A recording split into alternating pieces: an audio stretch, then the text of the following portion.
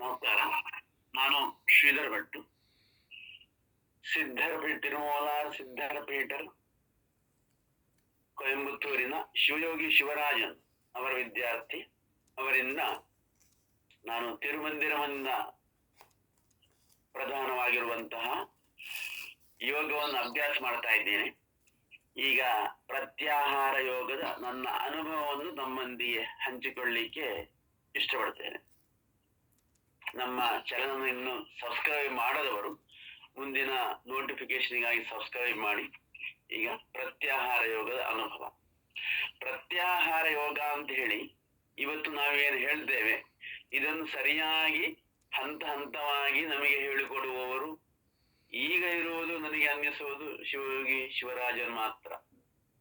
ಯಾಕೆ ಅಂತ ಹೇಳಿದ್ರೆ ನಾವು ನೇರವಾಗಿ ಪ್ರತ್ಯಾಹಾರಕ್ಕೆ ಹೋಗ್ಲಿಕ್ಕೆ ಆಗುದಿಲ್ಲ.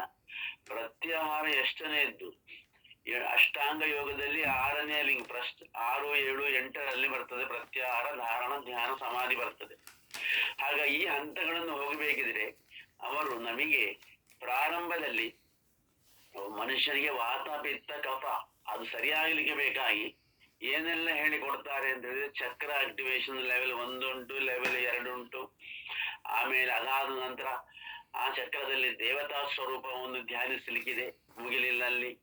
ಅಲ್ಲಿ ಮತ್ತೆ ಯಂತ್ರಗಳು, ನವಾವರಣ ಶಕ್ತಿ, ಮತ್ತೆ ದಶಮಹಾವಿದ್ಯೆ, ಇದೆಲ್ಲವನ್ನು ಅದರ ಕುರಿತು ಧ್ಯಾನ ಮಾಡಿದಾಗ ಕ್ರಮೇಣವಾಗಿ ದಶವಾಯುಗಳು ಇದೆಲ್ಲವೂ ಆಕ್ಟಿವೇಶನ್ ಆಗಿ ನಮಗೇನಾಗ್ತದೆ ಅಂತ ಹೇಳಿದ್ರೆ, ನಮ್ಮ ಒಳಗಿನ ಆಂತರಿಕ ಏನು ಕಾರಣ ಶರೀರ, ಸೂಕ್ಷ್ಮ ಶರೀರ ಇದೆಲ್ಲ ಶುದ್ಧಿ ಆಗ್ತದೆ. ಶುದ್ಧಿ ಆದ ನಂತರ ಅದು ಒಂದೊಂದು ದಿನ ಒಂದೊಂದು ರೀತಿಯ ಅನುಭವ ಆಗ್ತದೆ.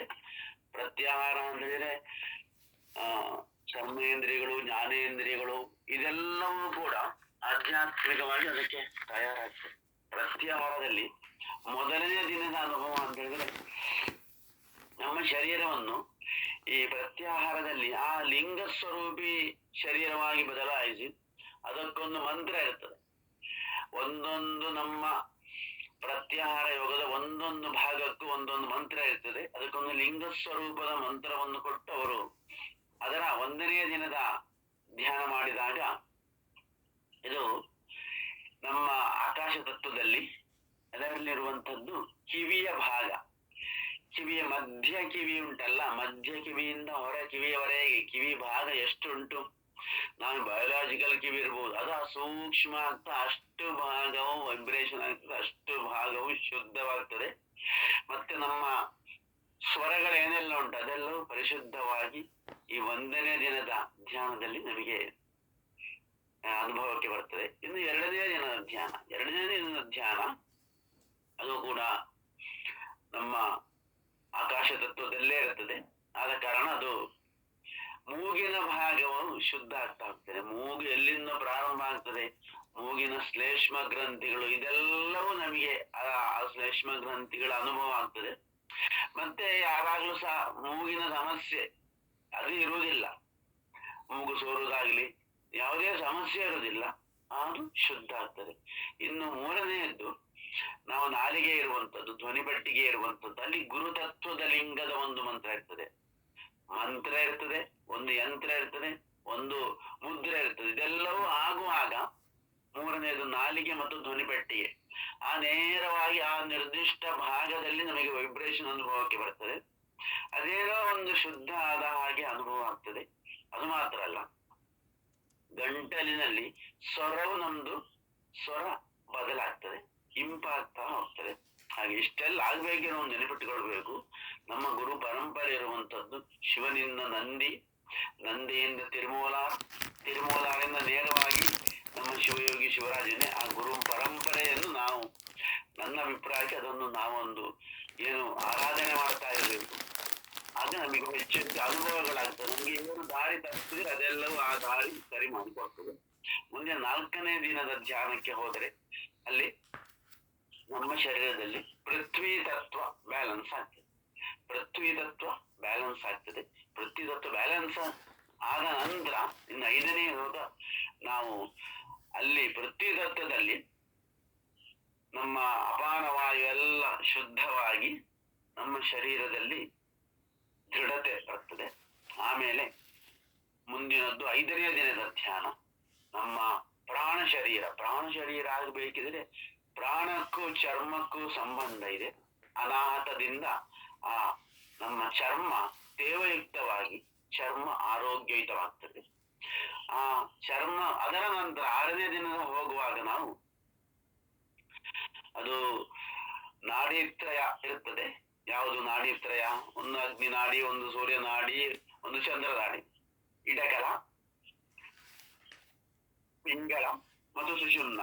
ಈ 3 ನಾಡಿತ್ರಯದಲ್ಲೂ ಕೂಡ ಅದು 2 ಪರಸ್ಪರ ಕಾಲಿನಿಂದ ನಮ್ಮ ಚಲನೆ, ಮೀನಖಂಡದಿಂದ ಕಾಲಿನಿಂದ ಕಣ್ಣಿನವರೆಗೆ ಹೋಗ್ತದೆ. ಅದು ಬಲಕಾಲ ಆಗಿರ್ಬೋದು, ಅಲ್ಲಿ ಎಡಕಾಲ ಆಗಿ 2 ಮೇಲಿನವರೆಗೆ ಹೋಗ್ತದೆ. ಇನ್ನು ಸೂರ್ಯ ನಾಡಿ ಅಂತ ಕರೀತೇವೆ. ಅದನ್ನು ನಾವು ಧ್ಯಾನ ಮಾಡಿದಾಗ ಅಲ್ಲಿ ನರಗಳು ಚೈತನ್ಯಯುಕ್ತವಾಗಿ ತಲೆಯಲ್ಲಿ ಅದರ ಅನುಭವ, ಬ್ರೈನ್ ನಲ್ಲಿ ಅದರ ಅನುಭವ ಆಗ್ತದೆ. ಮುಂದಿನದ್ದು 8ನೇ ದಿನದ ಧ್ಯಾನಕ್ಕೆ ನಾವು ಬರುವಾಗ ಸುಷುಮ್ನ ಯಾವ ಶುದ್ಧ ಆಗ್ತಾ ಇರುವಂತದ್ದು. ಅದಕ್ಕೆ ಅಗ್ನಿಲಿಂಗದ ಮಂತ್ರ, ಯಂತ್ರ, ಮುದ್ರೆ ಇದೆಲ್ಲವೂ ಇರ್ತದೆ. ಇದು ಮಾಡಿದಾಗ ಸುಷುಮ್ನದಲ್ಲಿ ಚಲನೆ, ಆ ಪ್ಯಾಸೇಜ್ ಉಂಟಲ್ಲ ಮೂಲಾಧಾರದಿಂದ ಆಜ್ಞಾಚಕ್ರದವರೆಗೆ, ಅದು ಶುದ್ಧ ಆಗುವಂತ ಅನುಭವ ಬರ್ತದೆ. ಮತ್ತೆ ಕೊನೆಯದಾಗಿ 9ನೇ ದಿನ 9, 10, 11, 12 ಅದರ 4 ಇರ್ತದೆ. ಅಹಂಕಾರ, ಬುದ್ಧಿ, ಚಿತ್ತ, ಮನಸ್ಸು. ಇದು ಈ 4ಕ್ಕೂ ಪ್ರತ್ಯೇಕವಾದಂತಹ ಮಂತ್ರಗಳಿರ್ತದೆ. ಆ ಮಂತ್ರಗಳನ್ನು ಹೇಳಿದಾಗ ಚಿತ್ತ ಶುದ್ಧಿ ಆಗ್ತದೆ. ಚಿತ್ತ ಶುದ್ಧಿ ಆದಂತಹ ಅನುಭವ ಎಂತದು? ಮೂಲಾಧಾರದಲ್ಲಿರುವಂತಹ 4 ಪೆಟಲ್ ಅದು ಮೇಲಕ್ಕೆ ಹೋಗಿ ಬ್ರಹ್ಮರಂಧ್ರದಲ್ಲಿ ಅದೆಲ್ಲವೂ ಶುದ್ಧವಾಗಿ ಆ ಬಣ್ಣ ಏನು ಅತ್ಯಂತ ಶುದ್ಧವಾಗಿ ಇಲ್ಲಿರುವಂತಹ ಬಣ್ಣ ಅಲ್ಲ, ಅಲ್ಲಿ ಹೋಗಿ ಬಂದು ಅಹಂಕಾರ, ಬುದ್ಧಿ, ಚಿತ್ತ, ಮನಸ್ಸು, ನಮ್ಮ ಮನಸ್ಸು ಆ ರೀತಿ ಇದೆಲ್ಲವೂ ಸಹ ಕೇಂದ್ರೀಕರಣ ಆಗ್ತದೆ. ಅಹಂಕಾರ ನಾಶ ಆಗ್ತದೆ. ಹೊಸದಾದ ಯೋಚನೆಗಳು ಹೊಳಿತದೆ. ಮನಸ್ಸು ತುಂಬಾ ಪ್ರಸನ್ನವಾಗಿರ್ತದೆ. ಯಾವಾಗಲೂ ಕೂಡ ಮನಸ್ಸು ಪ್ರಸನ್ನವಾಗಿದ್ದಾಗ ನಮಗೆ ಹೊಸ ಅನುಭವಗಳಾಗುವುದು. ಇದಿಷ್ಟು ಪ್ರತ್ಯಾಹಾರ ಯೋಗದ ಅನುಭವ. ನಮಸ್ಕಾರ. ಇಲ್ಲಿಗೆ ಈ ಅನುಭವ ಹಂಚಿಕೊಳ್ತೇನೆ. ನಮಸ್ಕಾರ.